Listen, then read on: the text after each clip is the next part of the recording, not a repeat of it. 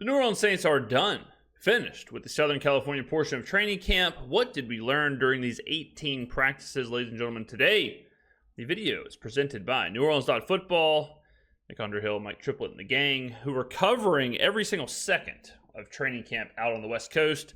Now it's over. Now the Saints return to New Orleans. They play Sunday night against the San Francisco 49ers in the second preseason game. Then they head back to New Orleans. They have a public practice at Tulane at a Yulman Stadium on Tuesday. So they are returning back down here to the boot. But I want to hear what Nick and Mike thought about this West Coast trip. The trip itself, like training camp, everything we heard coming out of camp was all very positive. Everything that we heard coming out of how they looked during the practices, how, the vibe, the energy, all that stuff was very, very positive. Then the first preseason game happened. Not positive. All right, the first preseason game was not awesome.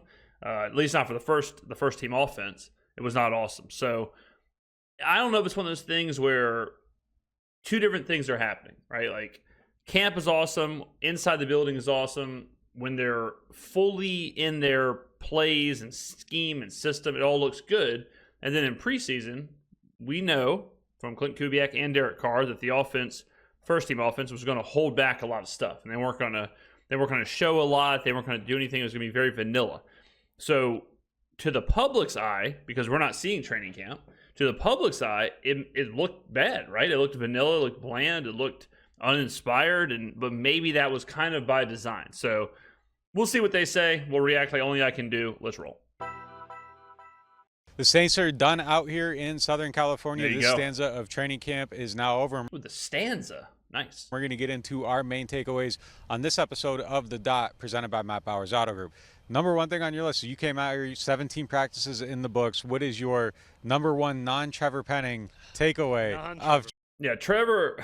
Yeah, I mean, it's funny Nick said that because it seemed like everything was the same every single day. It seems like every day I heard Derek Carr's awesome. I heard Spencer Rattler's awesome. I heard Jake Haener's awesome. I heard Chris Olave has taken a step. And then you also heard blank player has thrown Trevor Penning to the ground. Blank player has beat Trevor Penning one-on-one and sacked Derek Carr. So Trevor Penning definitely had a bad training camp. So we're removing that. I'm going to guess, I think there's a lot that they could say. But my hat and his shirt match perfectly. I think I'm going to go with a takeaway being the first team offense, Kubiak and Janoko, and just kind of their attention to detail and the system and the scheme kind of showing itself and showing a little light. Training camp. Yeah, look, but that is number one, right? So we wanted to learn more about this offense and will this offensive line hold up? And I just think those questions remain unanswered. But I will say that's not as panicky as we make it out to be. That's number one on the list. But number two on our list was the defensive line, and I feel way better about that. I mean, it feels like 8 months ago now, but it was on this field where we saw Chase Young in a Saints uniform for the first time, and now I think we think of him as one of the maybe the best player on the defense. I mean, that is something that came out of training camp or out of the preseason game that was very obvious. Like last year, we had a horrible pass rush, non-existent, probably the worst in the NFL. All of a sudden now we've got a pretty lethal pass rush. Like all of a sudden now you're talking about Chase Young, Carl Granderson, rotating Cam Jordan wherever he's at. If the interior defensive line exists, it's a pretty damn good defensive line, and we know how good the linebackers are. We know how good the secondary is. Put that all together, and you got the makings of potentially a top 5 defense. If only we had a defensive mastermind on the coaching staff. Oh, wait, we do. So defense, I feel great about. Offense sells tickets. Offense is what people, I think they like to talk about. They like to see, they want to see points being scored and all that. But it is kind of crazy how underrated the Saints defense is right now. Not only by national media, but by the Saints' own fans. It's kind of hard to believe that it is doomsday scenario while the Saints seemingly have a top 5 defense.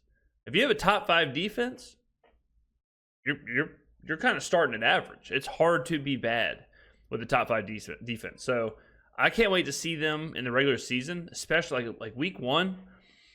I mean, Bryce Young, the last thing Bryce Young wants to do is start off facing a top 5 defense on the road. A healthy top 5 defense on the road. You got to think, too, this is the healthiest the Saints are going to be. You know, Marshawn Lattimore's picked up a few injuries in the past. We've seen how that can go. But starting off the bat here, boom. You know, I mean, we saw the signings of Justin Simmons and the trade for Matthew Judon from the Falcons. Their defense still isn't as good as the Saints, even with adding both those guys within 48 hours. All right, so I love to hear this as far as the defensive line, especially the pass rush, and I think the Saints defense could be really special. 10 sure things on this team. So 2 biggest concerns coming in here. One remains a big concern. Another one I feel better about. Yeah, I think that's fair. I mean, I think for me, the biggest takeaway is that there's really no full definition of the offense yet. True. We kind of know how they want to operate. We know the stuff they want to do. We like the idea and the theory behind a lot of it. It's just a matter of, are they going to be able to do it? And there have been some really good days for the offense and some really bad days for the offense. I thought today was one of those pretty poor days for them. They couldn't drive the ball down the field. Yeah, Nick had a tweet where he was saying that they couldn't do anything basically on offense. But that is the big question, you know, and they kind of said it well where I love the idea of the offense. I love the system. I love the strategy. I love the execution. Or I love the idea, but can they execute? Right? Like the execution portion is what we haven't seen. We have yet to see how this is actually going to work. We have yet to see how this is going to look. I can sit here and tell you all day, which I basically do, about pre-snap motion and the creativity and the sets and the personnel groups and the wide zone run scheme and 2 tight ends and this and that and what we're going to try and play action. And we talked about that at length.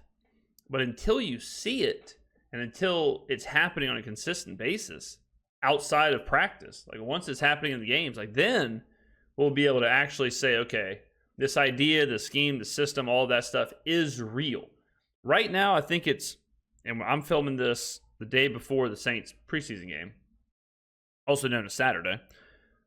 Maybe we'll see it in game 2. Maybe we'll see a little bit more of that. Maybe the Saints heard everything this week and said, okay, let's actually try and put together let's try and have a drive. Let's try and not hold everything back, and let's try and actually have a drive to start off preseason. That's what I'm hoping they do. I'm hoping they come out and they say, all right, we can't keep this under wraps this much. You know, let's show something. Let's actually try and get some first downs. Let's actually try and get points.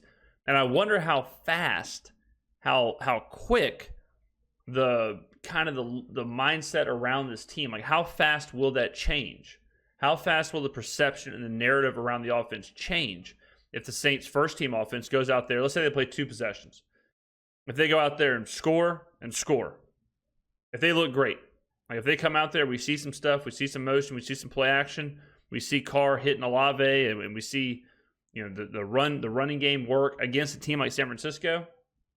I have a sneaky feeling their narrative would really, really change.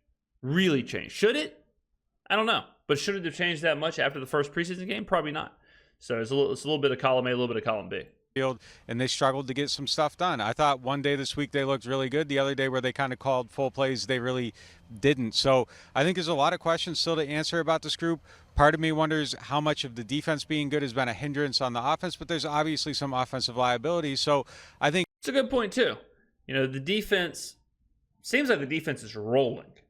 Seems like a lot of questions on the defense was answered really, really quickly. Those answers being like the pass rush and all that. The questions being the pass rush, the question being how impactful will Willie Gay be. That all seems to have been answered.